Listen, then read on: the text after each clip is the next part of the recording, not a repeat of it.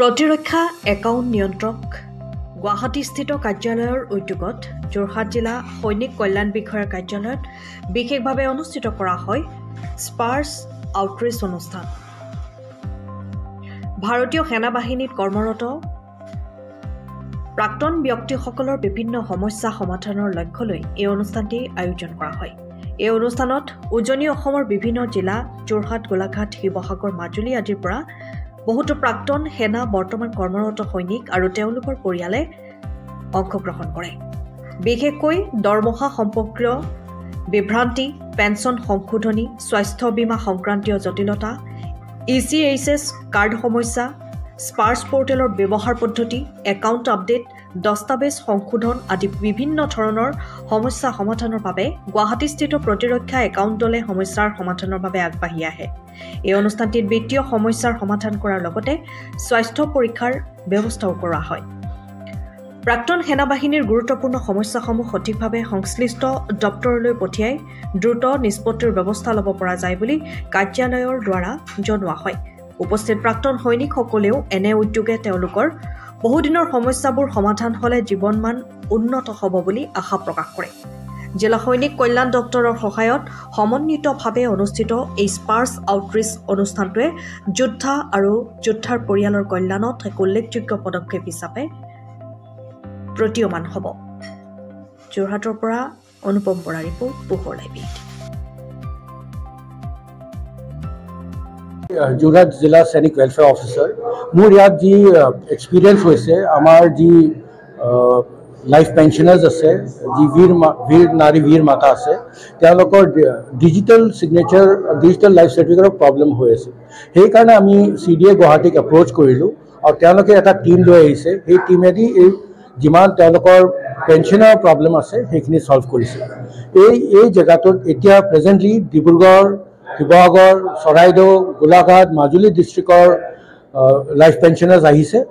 Approximately 200 এতিয়ালৈকে আহি গ'ল আৰু এই গোটেইখিনি মানুহৰ যিমান যি প্ৰব্লেম আছে, আমি এই অনুষ্ঠানটোত আমি ছাকচেছফুলি তেওঁলোকৰ প্ৰব্লেমটো ছল্ভ কৰা প্লেন আছে।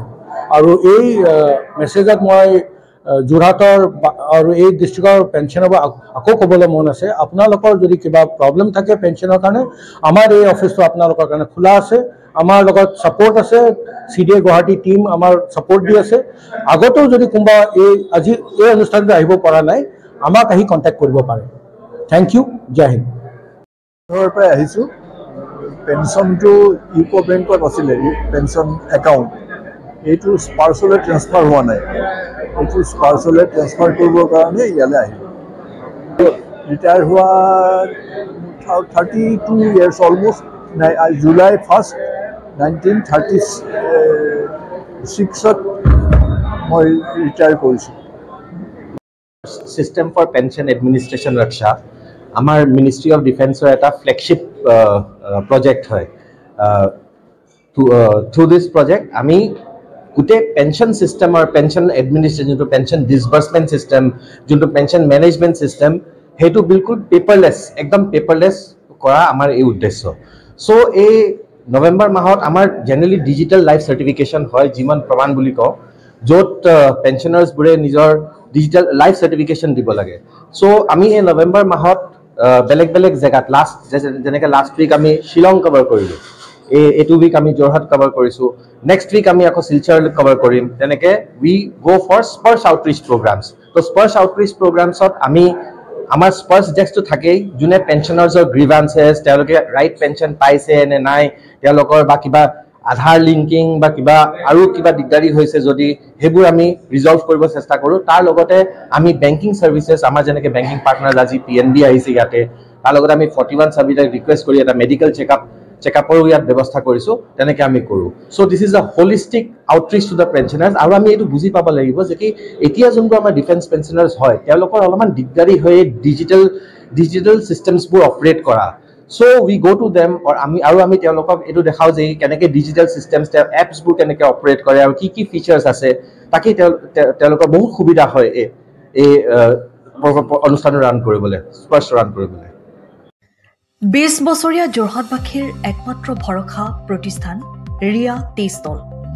হয়, যোৰহাট পুৰণি বালিবাটস্থিত বিজি পথত আপোনালোকৰ আপোন আৰু ভৰসাৰ চাহ মিঠাই বিভিন্ন সুস্বাদু সমৃদ্ধ বিপণী Riya tea stall. Riya tea ষ্টলৰ দ্বিতীয়খন সংযোজন ৰিয়া টি ষ্টল ৰাইজৰ বাবে মুকলি। ইয়াত নানান ধৰণৰ বিস্কুট, ব্ৰেড, সুস্বাদু পেষ্ট্ৰি, কেক, চাহ, কফিৰ লগতে বাৰ্থডে কেক উপলব্ধ। লগতে অৰ্ডাৰ মতে যোগান ধৰা হ'ব। তেনেহ'লে পলম নকৰি আহক আপোনালোকৰ প্ৰিয় বিপণী ৰিয়া টি ষ্টললৈ।